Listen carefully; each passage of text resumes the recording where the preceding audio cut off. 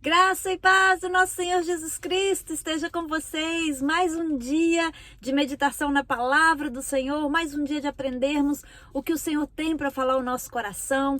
Eu espero que você esteja gostando, que Deus esteja falando ao seu coração. Não esqueça de curtir o vídeo, de compartilhar, de deixar seus comentários, fazer perguntas, que estamos aqui para abençoar a sua vida.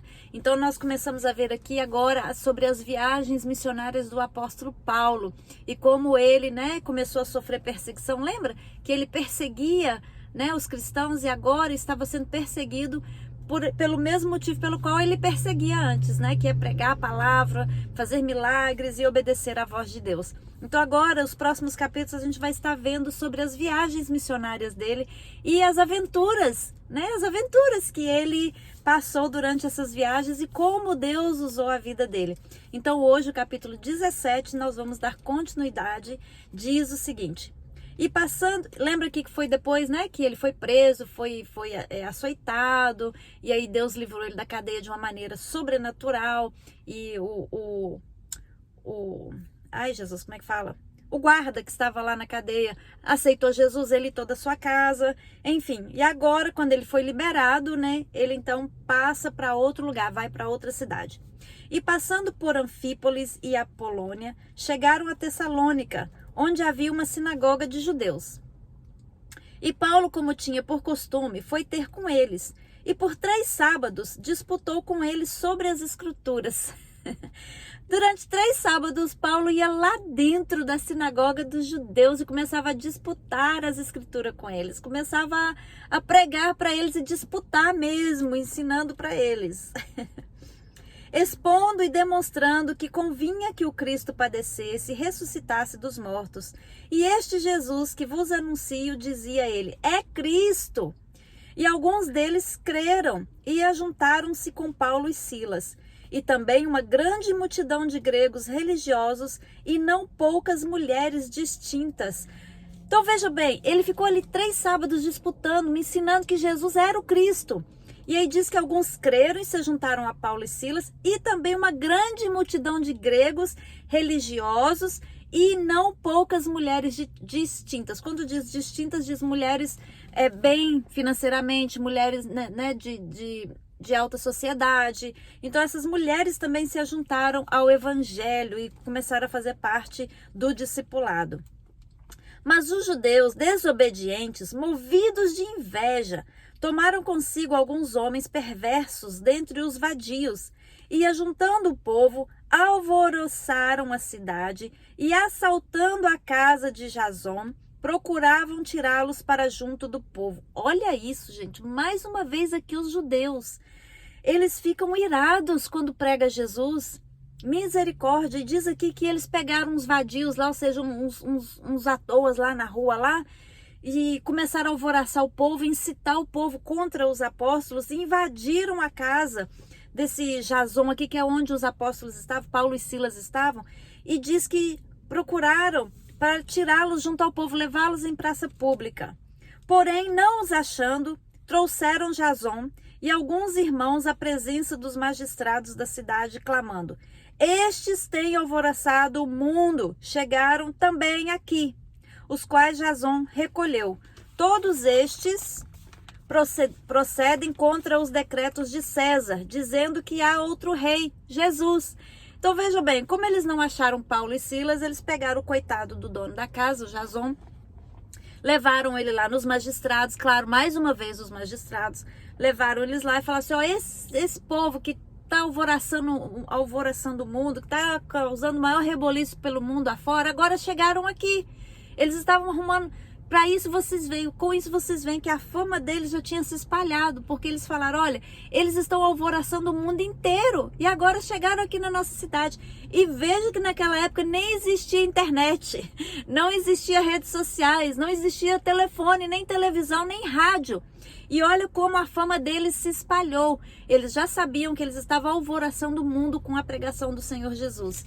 E eles dizem, olha, estão indo contra os decretos de César, dizendo que há outro rei e que esse rei é Jesus. E alvoroçaram a multidão e os principais da cidade, que ouviram essas coisas. Tendo, porém, recebido satisfação de Jasão e dos demais, os soltaram. E aí, veja, mais um intento frustrado dos judeus, que eles levaram, né, Jasão e alguns que estavam com ele até os magistrados, e levantaram, né, essa suspeita que eles estão falando que Jesus é o rei e que César não é rei. Para vocês entenderem a história, essa época que era a época que Roma dominava toda aquela área ali. E havia um único rei que era César. Então todas as províncias, todas as cidades, elas deviam obediência a César. Então quando Jesus veio para anunciar um reino, ele veio para anunciar o reino dos céus. E as pessoas levavam isso ao pé da letra, achando que Jesus queria ser rei aqui na terra, queria tomar o lugar de César. Então eles entendiam dessa maneira, né? Que era isso que eles estavam tentando fazer, porque eles eram cegos para enxergar que Jesus estava anunciando o reino dos céus, a salvação. E aí, como Jasão e os que estavam com ele, né, usaram de argumentos, explicaram o que estava acontecendo, eles os soltaram, não viram motivo para detê-los. E logo os irmãos enviaram de noite Paulo e Silas a Bereia. E eles, chegando lá, foram à sinagoga dos judeus. Mas também, Paulo gosta de provocar os judeus.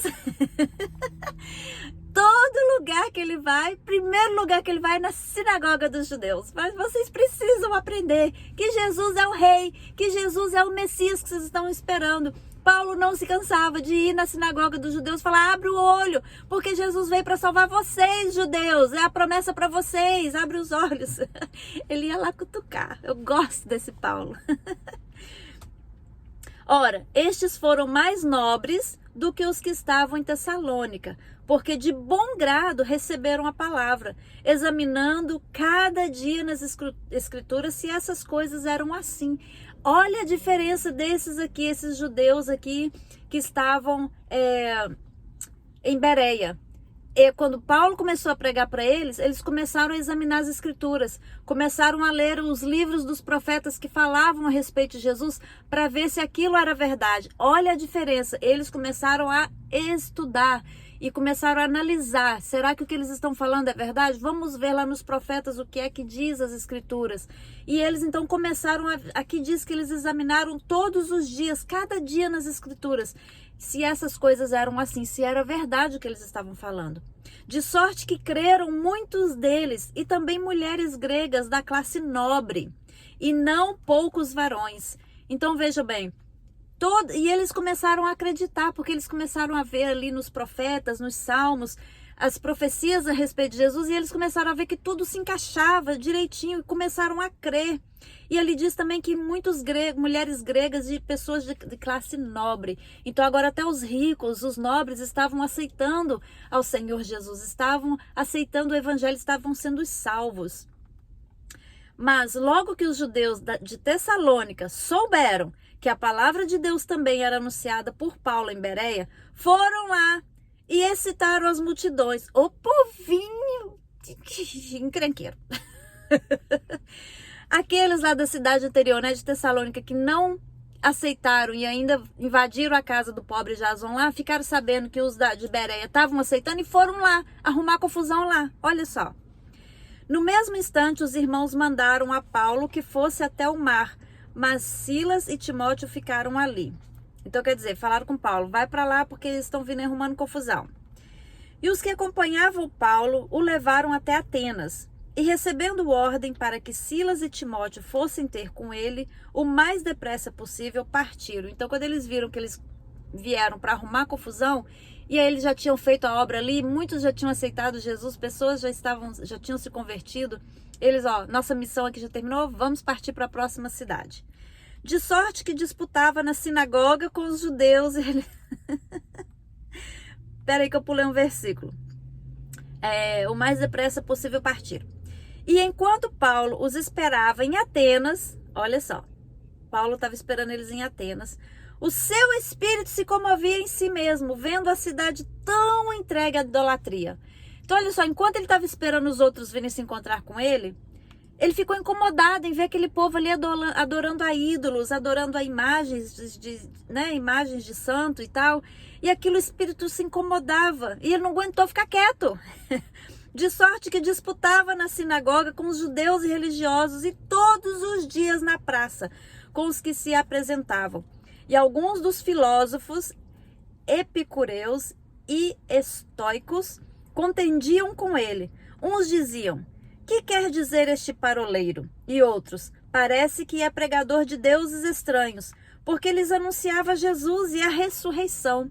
Então Paulo viu aquele povo adorando a ídolos, imagens, né, estátuas e santos, e ele começou ali a pregar e falar contra aquelas coisas e começou a anunciar. E o povo ficou assim: o que é isso que ele está ensinando? Não estava entendendo nada. E tomando-o levaram ao Areópago, tem umas palavras difíceis que são nomes gregos. E tomando-o levaram ao Areópago, dizendo: podemos nós saber que nova doutrina é essa que falas? Pois coisas estranhas nos trazes aos ouvidos. Queremos, pois, saber o que vem a ser isso. Então, quer dizer, eles estavam ouvindo alguma coisa diferente, uma coisa nova, que eles não estavam acostumados. Nunca tinham ouvido falar em Jesus Cristo, em salvação, em ressurreição, né? Então eles ficaram assim: que doutrina é essa? O que é isso que você está falando? E pegaram eles, levaram eles ao Areópago para que eles falassem ali para o público, né? Nós queremos saber o que é isso que você está ensinando. Pois todos os atenienses e estrangeiros residentes de nenhuma outra coisa se ocupavam senão de dizer e ouvir alguma novidade. E estando Paulo no meio do Areópago, o Areópago era um lugar onde eles estudavam, onde eles ouviam sábios, os filósofos, tá? Era como se fosse uma arena. Então, quando Paulo estava ali no meio do Areópago, disse: varões atenienses, em tudo vos vejo um tanto supersticiosos. Então, olha só, Paulo já começa a falar assim: eu estou vendo que vocês são muito supersticiosos. Porque passando eu e vendo os vossos santuários, achei também um altar em que estava escrito: ao Deus desconhecido. Esse, pois, que vós honrais, não o conhecendo, é o que eu vos anuncio. Então Paulo falou assim: olha, vocês são bem supersticiosos. E eu vi ali que vocês têm altares para vários deuses, mas tem um altar que está vazio. E está escrito lá: ao Deus desconhecido. Mas é esse Deus desconhecido que eu estou pregando para vocês. O Deus que fez o mundo e tudo que nele há, sendo o Senhor do céu e da terra, não habita em templos feitos por mãos de homens, nem tampouco é servido por mãos de homens, como que necessitando de alguma coisa, pois ele mesmo é quem dá a todos a vida, a respiração e todas as coisas. Veja bem, porque eles tinham o costume de dar oferendas àquelas estátuas, àqueles deuses, de levar comidas, oferendas, assim também como hoje em dia muita gente faz, né? Por exemplo, em dia de passada de ano novo, o povo vai na praia levar oferendas para Iemanjá, vai a lugares levar oferendas a deuses, né, em Aparecida do Norte, ou seja, e não só no Brasil, mas cada país tem lá as suas peculiaridades religiosas, onde eles levam oferendas para os deuses. E Paulo fala: olha, o Deus que eu estou pregando para vocês, ele não precisa disso, ele não precisa de oferendas, ele não precisa ser alimentado, porque é ele que nos dá o alimento. É o contrário, é ele que nos fornece tudo que precisamos. Nós não precisamos trazer oferendas para eles, nós não precisamos fornecer alimentos. E aí ele continua falando: ele que dá todos a vida, a respiração e todas as coisas. E de um só fez toda a geração dos homens para habitar sobre a face da terra, determinando os tempos já dantes ordenados aos limites da sua habitação. Então ele fala assim: e foi Deus que criou todas as coisas, e através de um homem, de Adão, veio todas as gerações, veio toda a humanidade, né? E ele determinou os tempos antes que tudo fosse feito, para que buscassem ao Senhor, se porventura tateando, o pudessem achar, ainda que não está longe de cada um de nós, porque nele vivemos e nos movemos e existimos, como também alguns dos vossos poetas disseram, pois somos também sua geração. Sendo nós, pois, geração de Deus, não havemos de cuidar que a divindade seja semelhante ao ouro, ou à prata, ou à pedra esculpida por artifício e imaginação dos homens. Mas Deus, não tendo em conta os tempos da ignorância, anuncia agora a todos os homens em todo lugar que se arrependam. Então veja bem Paulo falando assim: olha, sendo nós, pois, geração de Deus, diz aqui que a divindade não é igual a prata, ouro ou pedra esculpida por imaginação dos homens. Então, quer dizer, Deus não está numa imagem esculpida de pedra, de ouro, de prata, de bronze, de madeira, seja lá o que for. né? Deus não está nessas coisas. Então, ele diz aqui, olha, mas Deus não leva em conta o tempo da ignorância. Ou seja, Deus não vai levar em conta o tempo que você não sabia que isso não podia fazer. Que você estava no tempo da ignorância, que você fazia coisas erradas, você pecava, sem se dar conta que estava fazendo coisa errada, sem se dar conta que estava pecando. Então Deus não leva em consideração isso, porque uma vez que você não sabe, você não pode ser considerado culpado. Mas a partir do momento que você aprende, que você ouve que isso é errado, aí sim você passa a ser culpado, isso passa a ser pecado na sua vida. Então aqui ele está falando, olha, Deus não vai levar em consideração o tempo da ignorância, porque você fazia oferendas a deuses, vocês adoravam a essas imagens de escultura na ignorância, porque vocês não sabiam a verdade, né? Então ele diz aqui, mas agora a todos os homens em todo lugar, Deus está anunciando que se arrependam. Então é necessário se arrepender de ter adorado a deuses falsos, a esculturas, a imagens. É tempo de se arrepender, porque tem determinado um dia em que com justiça há de julgar o mundo por meio do varão que destinou. E disso dou certeza a todos, ressuscitando dos mortos. Então ele fala, olha, vai chegar um dia em que todos nós vamos prestar contas a Deus, em que vai haver um julgamento. Vai haver um dia onde Deus fará justiça a todo mundo por meio do varão que destinou, ou seja, através de Jesus Cristo. Então Deus vai julgar todo mundo, vai haver o dia da justiça de Deus em que todos terão que se comparecer diante de Deus e dar satisfação da sua vida. Então aqueles que sabem da verdade vão ter que prestar conta se continuarem no erro, né?